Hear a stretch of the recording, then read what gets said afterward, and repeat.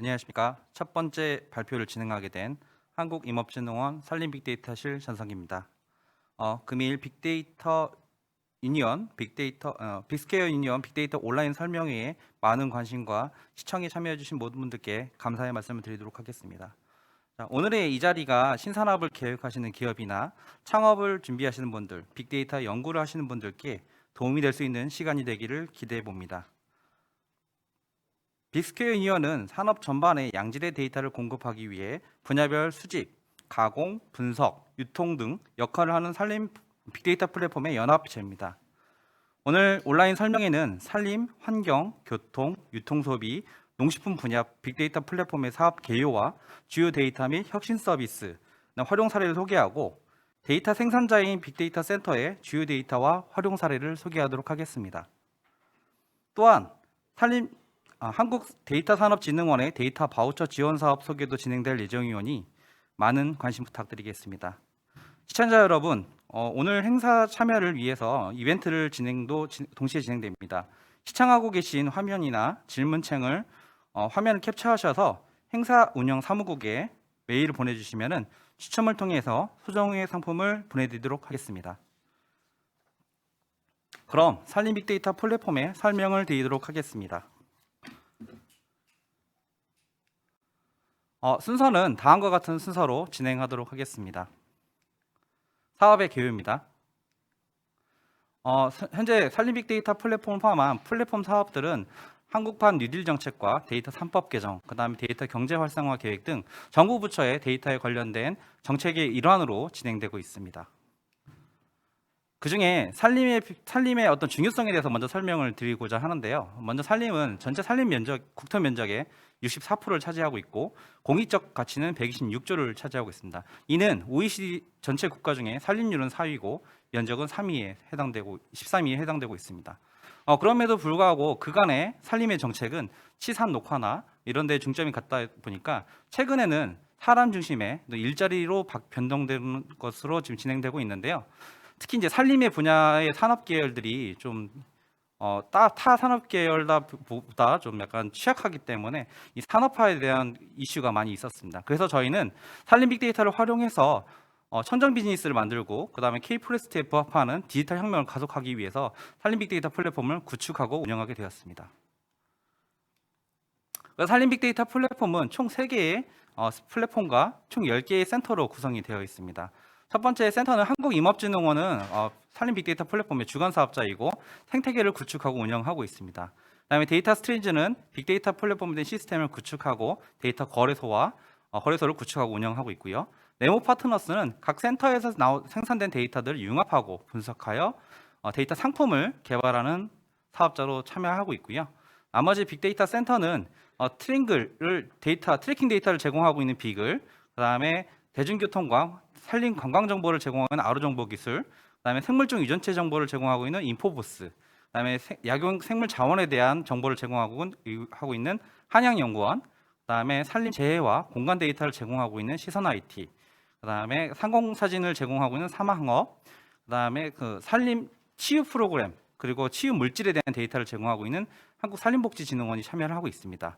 그리고 산학 기상에 대한 데이터를 제공하고 있는 우리메날, 그다음에 임산물 유통이나 가격 정보를 제공하는 우리민포텍, 그리고 산림 인구와 소비 트렌드 정보를 제공하는 마켓링크, 총 10개사로 구성이 되어 있습니다.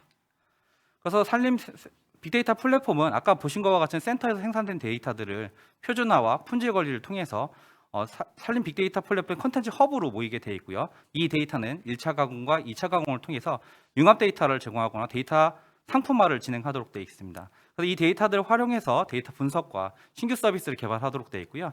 이 데이터들은 타 플랫폼과 연계를 해서 향후에 마켓플레이스 통해서 데이터들을 제공하고 있는 상황 그림을 보고 계십니다.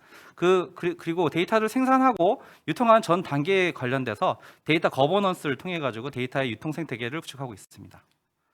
그래서 산림 빅데이터 플랫폼은 데이터들에 대한 표준을 또는 서비스에 대한 품질을 확보하기 위해서 데이터 표준 관리와 그다음에 개념 모델이나 그다음에 표준 코드, 표준화 프로세스, 그다음에 표준 준수도 등을 체크해서 고품질의 데이터를 생산하는 기반을 마련하고 있고요.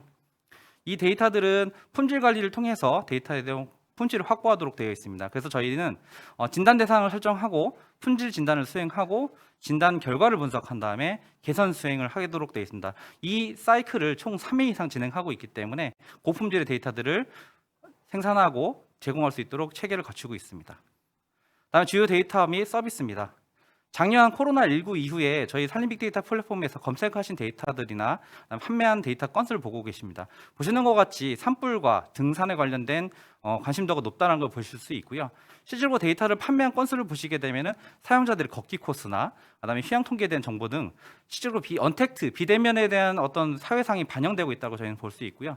앞으로 저희가 데이터들을 좀 더 수요를 확보를 해서 수요에 맞는 데이터들을 공급할 예정이 있습니다.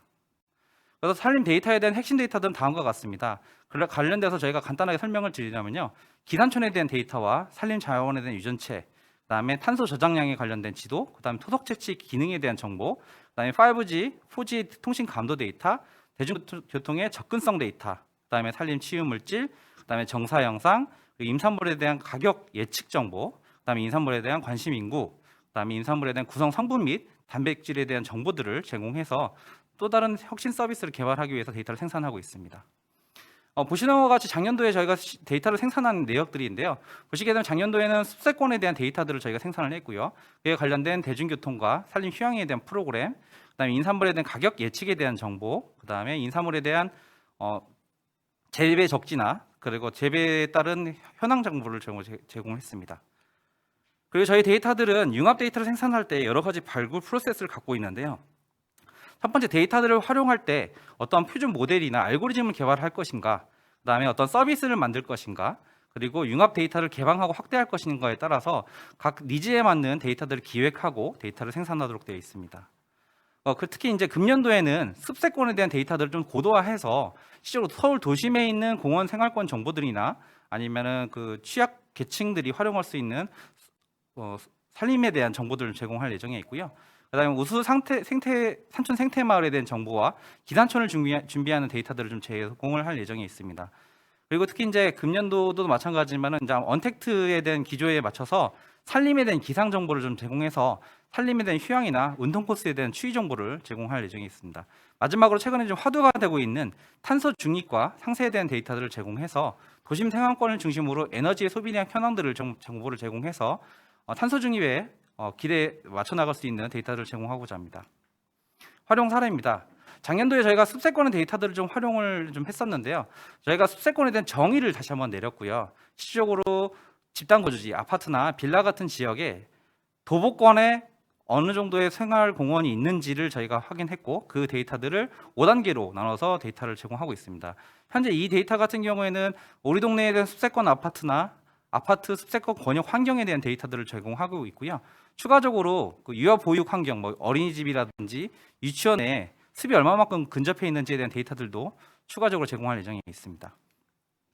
그다음에 작년도에는 저희가 임산물에 대한 통합 정보 서비스를 제공했는데요. 그간 임산물이나 농산물 같은 경우에는 공급 과잉으로 인한 가격 폭락과 산지 폐기가 반복되는 문제가 있었습니다.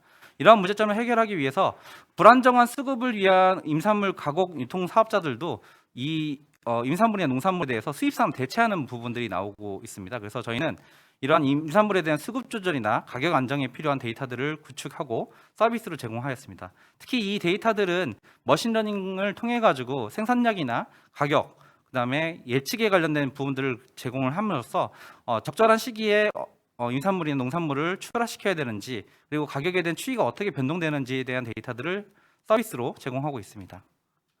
또 저희가 혁신 서비스 중에 하나가 저희 임산물에 대한 유전학적인 분석을 통해서 그 유전체의 염기 서열에서 갖고 있는 효과, 그 특정한 그 임산물의 유기체가 어떠한 질병에 효과가 있는지를 분석을 하고 이 분석된 데이터를 기반으로 신약이나 그다음에 신소재, 그다음에 화학 소재, 식품 소재, 그다음에 뷰티 소재를 활용할 수 있는데요.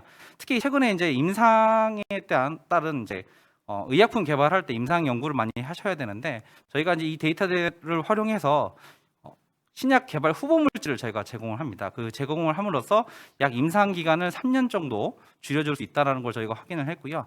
앞으로 이 부분은 서비스를 다양화해서 다양한 의약품을 개발하는 데 활용할 수 있도록 저희가 서비스를 제공하도록 하겠습니다. 그리고 저희가 이제 감명 정보에 대한 결합 사례들을 좀 저희가 찾고 있습니다. 최근에 그 언택트 시대에 도래함에 따라서 숲이나 그다음에 산림에 대한 관심이 되게 많아졌고요. 실질적으로 산림의 활동, 등산이라든지 아니면은 둘레길이라든지 아니면은 자전거, 산악자전거들이 실질적으로 얼마만큼 건강에 유용한지 그거에 대한 그 과학적인 근거를 저희가 한번 찾고자 합니다. 특히 이 사례 같은 경우에는 해외 외국에서도 이미 미국에서도 그 치유 프로그램으로 숲 환경 활동을 등을 보건 서비스를 제공을 하고 있습니다. 특히 유럽에서도 많이 활용하고 있는데요. 저희는 이 산림의 활동들이 실질적으로 건강에 얼마만큼 유익한지를 과학적으로 좀 증명해내는 프로젝트를 하고 있습니다. 그래서 이런 데이터들이 산림의 데이터와 건강보험공단의 의료 데이터들을 융합해서 실제로 어떤 산림의 프로그램들이 건강에 이익이 되는지 아니면 유용한지를 저희가 분석을 하고 과학적으로 분석하고 이 내용에 맞는 산림 치유 프로그램을 복지증원 개발을 하게 됩니다. 마지막으로 산림청과 보건복지부를 업무 협의를 해가지고 치유 프로그램이 향후에도 병원 의사들이 처방할 수 있는 처방 프로그램으로 개발한 게 큰 목표입니다. 그다음에 저희가 작년도에 좀 데이터들을 활용한 사례들을 좀 보고 계신데요. 특히 이제 작년에 코로나19 이후로 이제 그 벌초를 대행해주는 서비스들이 많이 활성화가 되고 했는데 실제로 산에 가다 보면은 그 조상의 묘가 어디 있는지 정확하게 모르는 경우가 좀 많습니다. 그래서 저희는 항공사진과 묘지들을 AI로 분석을 해가지고 보시는 것과 같이 묘지의 위치들을 저희가 표현을 하고 있고요. 이 데이터를 통해서 실제로 이제 벌초 대행이나 아니면 내 조상 묘를 찾는다든지 뭐 이런 형태의 서비스를 저희가 제공할 예정에 있고요.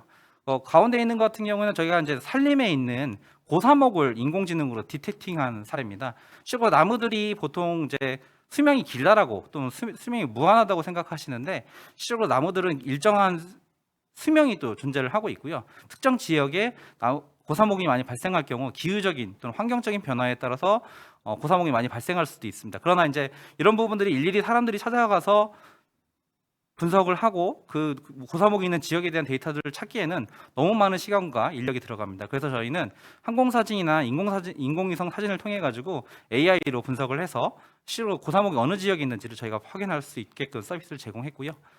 그다음에 저희가 이제 귀산촌 활성화를 하기 위해서 금년도에 준비하고 있는 서비스입니다.